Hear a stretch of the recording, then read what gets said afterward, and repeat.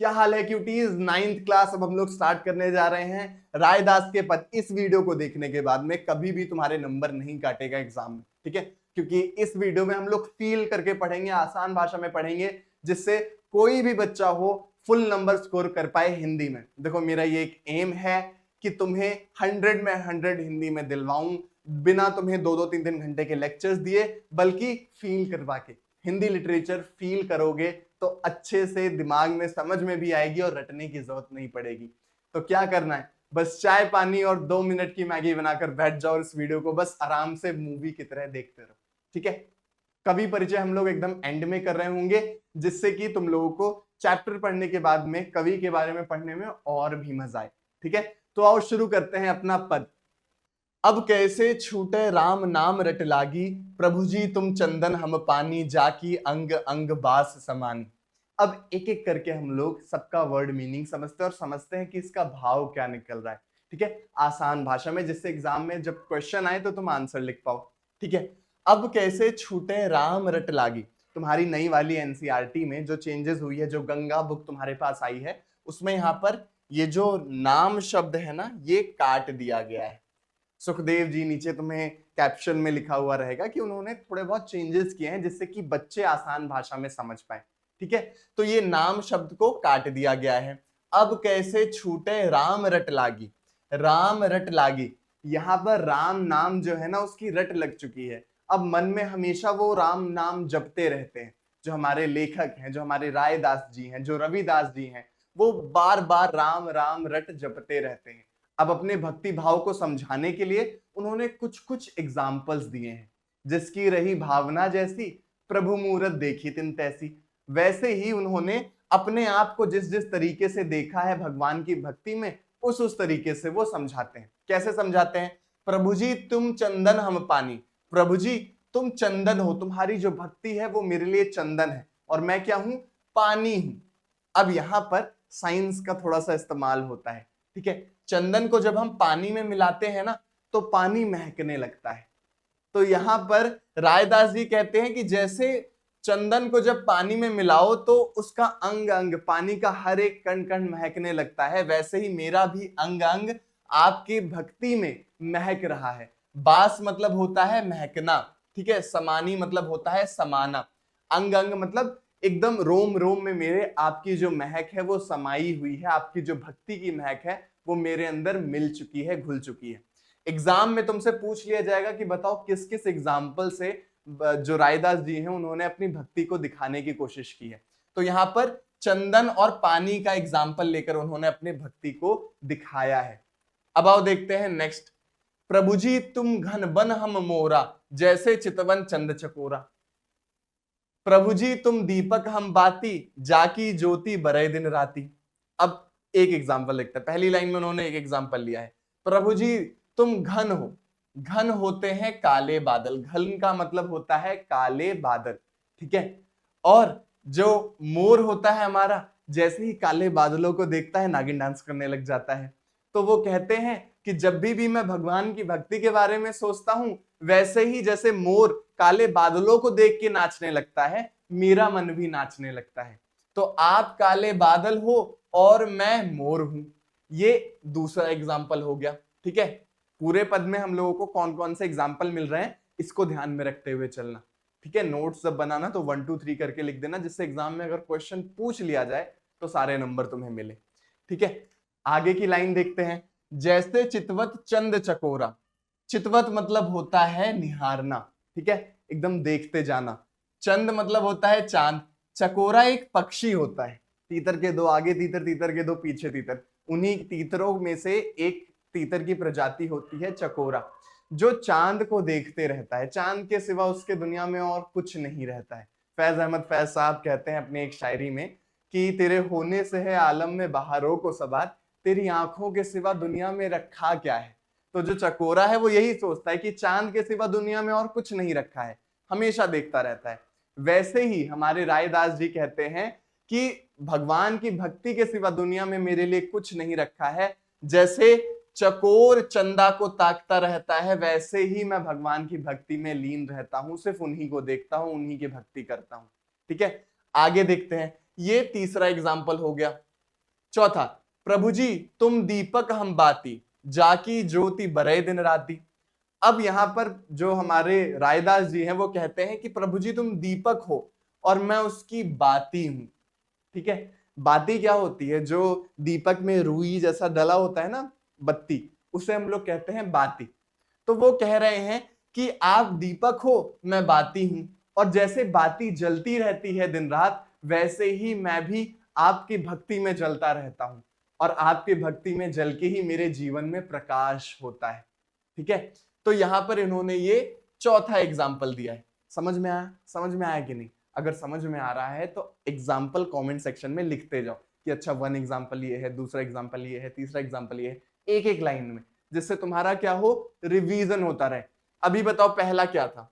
उन्होंने सबसे पहले किस चीज से कंपेयर किया है खुद को और भगवान को? जल्दी, पीछे देख के मत बताना, अभी बताओ कमेंट सेक्शन में। अब देखो चैप्टर एक्सप्लेनेशन तो मैं तुम लोग को करवा दे रहा हूँ, ठीक है, क्वेश्चंस भी साथ साथ में लगवा दूंगा, बट क्योंकि अभी सिलेबस चेंज हुआ है और जितने यूट्यूब पे वीडियो है सब अब बेकार हो चुके हैं, नई बुक आ चुकी है, उसके लिए नए नए क्वेश्चन होंगे, नया पैटर्न होगा, और एग्जाम में किस टाइप के क्वेश्चन आएंगे तुम्हें भी नहीं पता है। ठीक है, तो इस वजह से ये जरूरी है कि तुम क्वेश्चन प्रैक्टिस करते हुए भी चलो। ठीक है, ये एडवाइस क्लास 10th के बच्चों को हर कोई देता है, मुझे समझ नहीं आता कि क्लास 9th के बच्चों को ये एडवाइस क्यों नहीं दी जाती है कि सप्लीमेंट्री बुक्स तुम भी लगा लिया करो, एटलीस्ट हिंदी जैसे सब्जेक्ट के लिए, क्योंकि प्रैक्टिस करना तुम्हारी जिम्मेदारी है।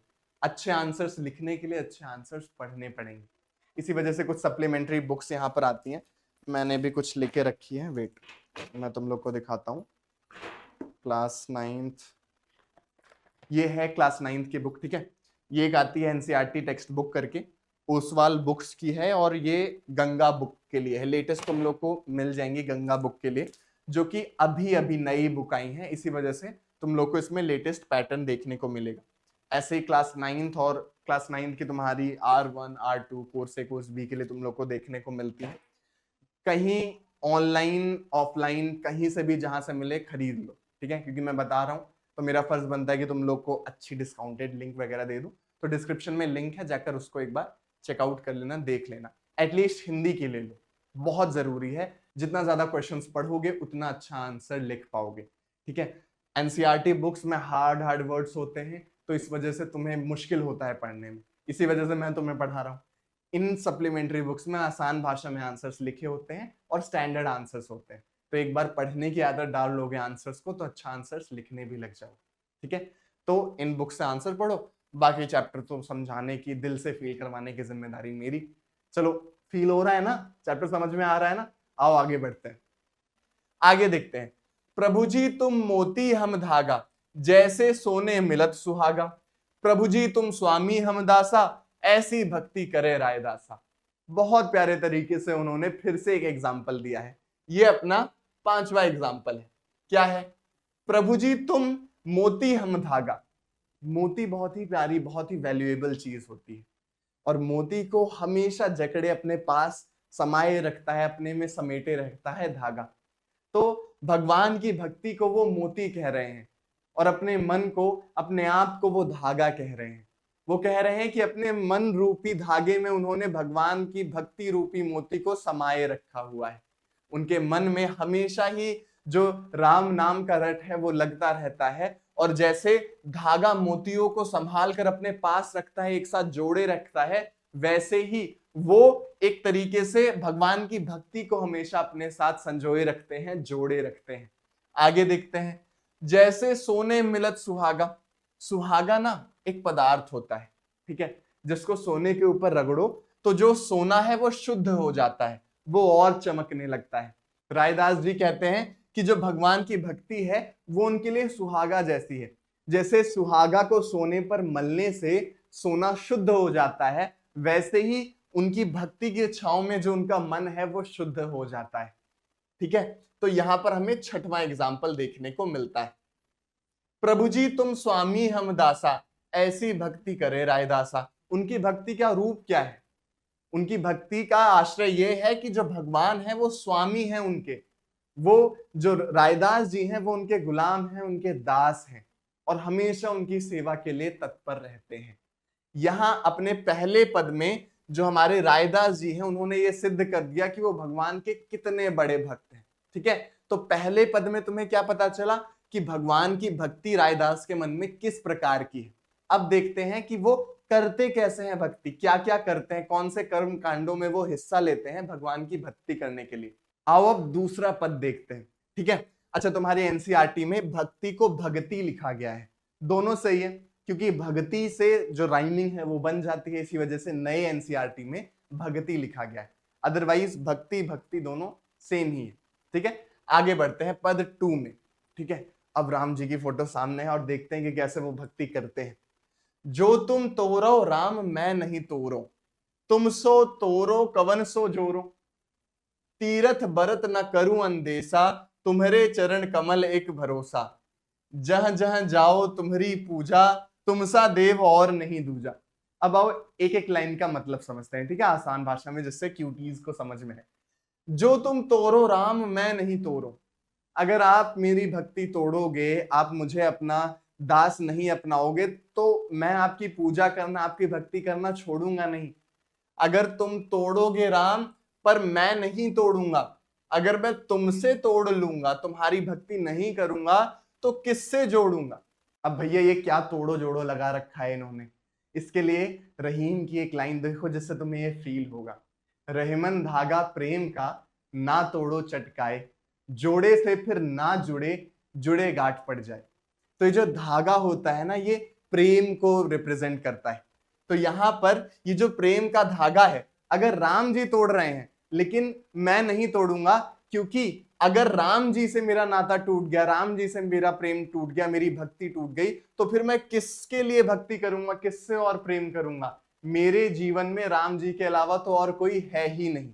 आगे की पंक्ति देखते हैं। तीरथ बरत न करूं अंदेशा, तुम्हारे चरण कमल एक भरोसा। लोग भगवान को पाने के लिए तीर्थ जाते हैं, व्रत करते हैं। यहाँ पर रायदास जी कहते हैं मैं कोई आडंबर नहीं करता हूं, मैं कोई ढोंग नहीं करता हूं, ना मैं तीर्थ करता हूं, ना मैं व्रत करता हूं। इसका मुझे कोई अंदेशा मतलब होता है कि सोचना, चिंता करना। तो मुझे तीर्थ व्रत करने की कोई चिंता नहीं है कि मैं कितना कर रहा हूं, कितना नहीं कर रहा हूं। मेरे लिए सिर्फ एक ही सहारा है, वो क्या है, भगवान के चरण कमल, कमल रूपी जो उनके चरण हैं, उन्हीं पर उनका भरोसा है और वो उन्हीं की पूजा करते रहते हैं। भगवान को उन्होंने अपने मन में बसा रखा है। जहां जहां जाओ तुम्हारी पूजा, तुमसा देव और नहीं दूजा। यहाँ पर जहां जहां जहां जहां मैं जाऊं वहां पर तुम्हारी ही पूजा करता हूं। कहीं पे भी चले जाओ, हर जगह आप व्याप्त हो, मैं सिर्फ और सिर्फ आपकी ही पूजा करता हूं। आप जैसा देव और कोई नहीं है। ठीक है, मैं अपनो मन हरि से जोरो, हरि सो जोरी सबन सो तोरो, सबही पहर तुम्हारी आशा, मन कर्म वचन कहे रायदासा। अब यहाँ पर बहुत प्यारी लाइन है। ठीक है, मैंने जो अपना मन है वो हरि से जोड़ लिया है। जो राम है, जो ईश्वर है, जो परमात्मा है, हमने उनसे अपना जो मन है वो जोड़ लिया है। हरि सो जोरी सबन सो तोरो, हरि से जब मैंने अपना नाता जोड़ लिया है, तो किसी से मेरा नाता टूट रहा है तो मुझे फर्क नहीं पड़ता। मैंने हरि से नाता जोड़ लिया तो सबसे मेरा नाता टूट जाए, मुझे फर्क नहीं पड़ता। मेरे सबसे नाते पहले से ही टूट गए, मैं अब सिर्फ और सिर्फ हरि की भक्ति में ही लीन हूं। ठीक है, सबही पहर तुम्हारी आशा, मन कर्म वचन कहे रायदासा। रायदास जी कहते हैं कि मुझे हर पहर, पहर मतलब होता है हर समय, हर घड़ी, हमेशा आपकी ही आशा रहती है। मन क्रम वचन कहे रायदासा, मन में, क्रम में और वचन में। मन मतलब जो तुम सोचते हो, क्रम मतलब जो तुम काम करते हो, और वचन जो तुम बोलते हो। इन तीनों में हमेशा प्रभु से मिलने की आशा, प्रभु की भक्ति की ही आशा समाई रहती है। कौन कहता है ये? रायदास जी कहते हैं, जो इस पद के लेखक हैं। तो इसी के साथ में हमारा ये पूरा पद होता है कंप्लीट। हमने एक एक एग्जाम्पल जो उन्होंने कहा, उसके साथ साथ में उन्होंने किस किस तरीके से भक्ति भाव और भक्ति करने के तरीके बताए, वो सब हम लोगों ने अच्छे से समझा। अब आओ, जैसा मैंने कहा था कि हम लोग कवि परिचय भी देखेंगे, एग्जाम पॉइंट ऑफ व्यू से, आंसर राइटिंग के पॉइंट ऑफ व्यू से कुछ कुछ कीवर्ड्स तुम्हें मालूम होने चाहिए। जैसे कि संत रायदास, जिनका असली नाम रविदास था, वो भक्ति काल के एक कवि हैं। ठीक है, हिंदी साहित्य में कुछ काल डिवाइड किए गए हैं, जिसमें भक्ति काल एक ऐसा था जिसमें जो भक्ति है उसकी प्रधानता थी, भक्ति के बारे में जो लिटरेचर है वो लिखा जा रहा था। तो उस समय के हमारे रायदास साहब हैं जिन्होंने निर्गुण भक्ति की धारा में प्रमुख संत कवि वो कहलाए। ठीक है, निर्गुण भक्ति मतलब जिसमें भगवान की मंदिरों और मस्जिदों में पूजा नहीं होती है, भगवान को मन में खोजा जाता है। ठीक है, भगवान की कोई प्रतिमा की पूजा नहीं होती है। तो यहाँ पर जैसा भी हम लोगों ने देखा भी कि वो मन में भगवान के चरणों की पूजा कर लेते हैं, ना वो मंदिर जाते हैं, ना तीर्थ जाते हैं, ना वो कोई व्रत वगैरह करते हैं। ठीक है, जाति पाति ऊंच नीच आडंबर इन सब पर वो विश्वास नहीं करते हैं, उनके वो सख्त विरोधी थे। उन्होंने सच्चा भक्त वही है जो अहंकार लोभ और मोह का त्याग करता है। ठीक है, हमने पूरे पद में पढ़ रखा है कि वो किस तरीके की विचारधारा रखते हैं। उनकी जो भाषा है वो सरल है, सहज है और जन सामान्य की भाषा है, बोलचाल की भाषा का वो इस्तेमाल करते हैं जिससे जन जन तक उनकी बातें पहुंचे। ठीक है, तो यही कुछ कीवर्ड्स हैं, बाकी इसके अलावा तुम पॉज करके चाहो तो पूरा रीड कर सकते हो। अदरवाइज हम लोगों ने पूरा पद पढ़ते हुए भी इनकी विचारधारा अच्छे से समझ ली। ठीक है, तो यहां होता है अपना कवि परिचय कंप्लीट। आओ अब अपने एमसीक्यूज करते हैं। इसका आंसर तुम्हें कमेंट सेक्शन में देना है। देखते हैं कितने बच्चे अभी पूरे पद को समझ पाए हो। ठीक है, ये तुम्हारे एनसीईआरटी में भी। अब कैसे छूटे राम रट लागी पंक्ति का भाव क्या है? राम उच्चारण की कठिनाई, या फिर राम रटकर याद करना, या फिर आराध्य का नाम जपना, या फिर मित्रों का नाम जपना। ठीक है, अब बताओ इसमें कौन सा है? चलो तुम लोग को एक छोटा सा हिंट दे देता हूं। राम भगवान क्या है? एक उनके आराध्य हैं। ठीक है, तो यहां पर आंसर कौन सा होगा तुम कमेंट सेक्शन में बता सकते हो। प्रभु जी तुम चंदन हम पानी पंक्ति में आराध्य और भक्त का संबंध किस रूप में व्यक्त हुआ है? यहां पर चंदन और पानी में किस तरीके का रिलेशन है भक्त और भगवान में? एकाकार और समरूप? नहीं। तरल और तीव्र सुगंध? नहीं। आश्रय और आश्रित? द्रव और ठोस? अब देखो यहां पर जो तुम्हारा भाव है वो किस तरीके का है। जो पानी होता है वो निर्भर होता है चंदन पर कि वो उसमें मिले तो उसमें सुगंध आए, उसके रोम रोम में जो सुगंध है वो फैल सके। तो एक तरीके से वो आश्रित है। तो अब तुम गेस करो कि कौन सा भाव है इन दोनों में। ठीक है, अब आओ नेक्स्ट क्वेश्चन में आते हैं। तुम दीपक हम बाती से रायदास का क्या भाव है? दीपक और बाती का कोई मेल नहीं होता है। दीपक बिना बाती भी जल सकता है। भक्त आराध्य से अधिक महत्वपूर्ण है। भक्त का आराध्य से मेल जीवन को आलोकित करता है। अब यहां पर मैं तुम्हें कुछ नहीं बताऊंगा, आलोकित मतलब होता है रोशन। ठीक है, बाकी तो मैंने तुम्हें एक्सप्लेनेशन में बता ही दिया है। राइट आंसर कमेंट सेक्शन में लिखो, और जो यहां पर आलस करेगा एग्जाम में उसका नंबर कटेंगे, मैं बता रहा हूं। ठीक है, यहां तुम जो जो कमेंट में लिखोगे ना एग्जाम में, वो आंसर तुम्हें कभी नहीं भूलेगा। ठीक है, जो तुम तोरो राम मैं नहीं तोरो पंक्ति में रायदास का क्या आश्रय है? परोपकारी भक्ति भाव, आराध्य से अटूट संबंध, सांसारिक मोह, कर्म कांड पर बल। ठीक है, यहां पर तुम लोग को ऑलरेडी पता है कि कौन सा आंसर है। जो राम भगवान है वो क्या है उनके, जो मैंने फर्स्ट क्वेश्चन में तुम्हें बताया था। बाकी इतना हिंट ले लो, और तोड़ना नहीं होता है प्रेम के धागे को। इतना समझ में आ गया? चलो इसका आंसर मैं बता देता हूं। आराध्य से जो अटूट भाव है, जो संबंध है कि वो नाता टूट नहीं सकता चाहे कोई भी तोड़ना चाहे, तो इसकी बात यहां पर हो रही है। सेकंड आंसर इसका राइट हो जाएगा। तीर्थ व्रत न करूं अंदेशा पंक्ति से आप क्या समझते हैं? तीर्थ और व्रत आवश्यक नहीं है? तीर्थ और व्रत सब आवश्यक हैं? तीर्थ जाने से मुक्ति निश्चित है, या फिर आराध्य के चरणों में सच्चा आश्रय है? इस भाव को समझने के लिए कबीर दास कहते हैं कि मोको कहाँ ढूंढे बंदे मैं तो तेरे पास में, ना मैं मंदिर ना मैं मस्जिद ना काबे कैलाश में। तो जो आराध्य हैं, जो भगवान हैं, जो परमेश्वर हैं, वो तीर्थ और व्रत करने से नहीं मिलते हैं, सच्चे मन से उनकी पूजा करने में ही, उनके चरण कमलों में ही जो भक्त है उनका आश्रय होता है। तो यहाँ पर चौथा है, रायदास जी ये कहते हैं। ठीक है, तो चौथा आंसर तुम्हारा सही होगा। सर्वव्यापक ईश्वर की अवधारणा किस पंक्ति में व्याप्त होती है? जहां जहां जाओ तुम्हारी पूजा। मुझे लगता है यही हमारा राइट आंसर है। इसी के साथ में मोहल्ले में लड्डू बंटवा दो कि तुमने क्लास 9th का अपना रायदास के पद अच्छे से कंप्लीट कर लिया है। मुझसे अगर पहली बार मिल रहे हो तो चैनल को सब्सक्राइब कर लो। और मैं हूं तुम्हारा नरेंद्र भैया, अच्छे से तुम्हें हिंदी लिटरेचर फील करवाता हूँ। 9th पढ़ लेंगे अच्छे से, फिर 10th में आओगे तो बोर्ड में भी तुम्हें फुल नंबर दिलवा रहा हूँ। 100 में 100 लाने का एम करते हैं हम लोग, प्यार से समझते हैं, आसान भाषा में समझाता हूं जिससे तुम्हारे दिल तक ये पंक्तियां पहुंचे और सिर्फ एग्जाम पॉइंट ऑफ व्यू से नहीं, तुम्हारी लाइफ में भी ये पंक्तियां काम आए। ठीक है, तो हिंदी अगर फील करनी है चैनल को सब्सक्राइब कर लो और ऐसे मिलते रहेंगे नेक्स्ट चैप्टर में। ठीक है, मोहल्ले में लड्डू बंटवा दो कि ये चैप्टर हो गया है कंप्लीट।